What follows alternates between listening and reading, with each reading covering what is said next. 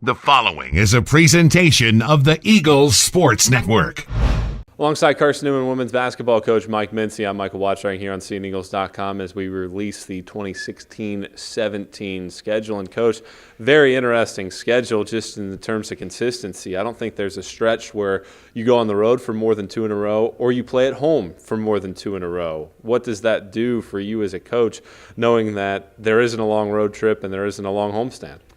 Actually, until you just told me that, I didn't realize that it worked out that well. But, it's always good that anytime, especially if you're going on that road trip, it's always going to be tough to look ahead. And obviously, depending on who you play, you could be staring at some losses because anytime you can win on the road, it's always going to be a difficult challenge. Of course, then again, in turn, if you're getting to play 4 consecutive or 5 consecutive games at home, you feel like you got a pretty good chance of winning. But it's balanced out this year, and, I'm very excited about our schedule. You get the opportunity to play North Carolina and Tennessee to start the year, and then you hop right into a big regional situation in the SAC Peach Belt Challenge. You're 4-0 in the first 2 years of that against Aiken and Lander. What are the expectations for those games this year?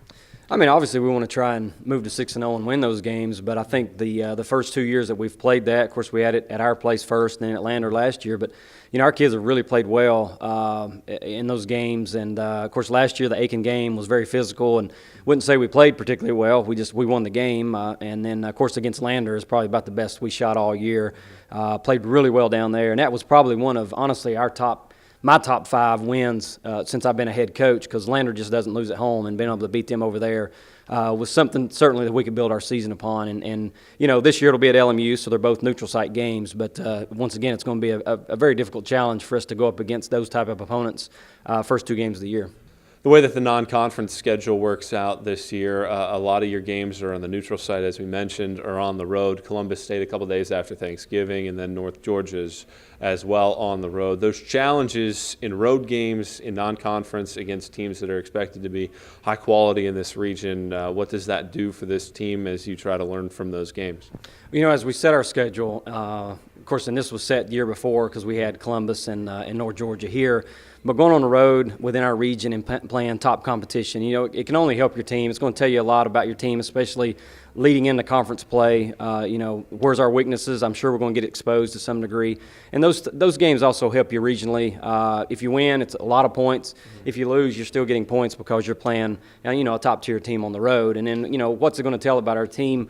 We felt like that we've always done a pretty good job in out-of-conference, especially these last 2 years. It's just once we get into conference play, are we going to be able to carry that momentum that we've been able to generate in our out-of-conference schedule and carry that into our conference schedule? Yeah, is there anything that you do to make sure that you are able to carry that into the conference season? It seems like maybe the big issue over the last couple of years has been right after Christmas break, where there's been just a little bit of a letdown. Is there anything you do this year? I don't know. We've talked about it a lot amongst the team and amongst the staff. We've had I think 2 years ago we started 11-0, and we were undefeated in non-conference play. And then last year, once again, we were very fortunate to be undefeated in non-conference play as well. But then you get into those conference games, and the deal is it gets more intense. The scouting is not that we're not scouting out of conference, but it's conference games, and we just not whether it's me, the players, or as a collection of a combination of both, we just have not done a good job.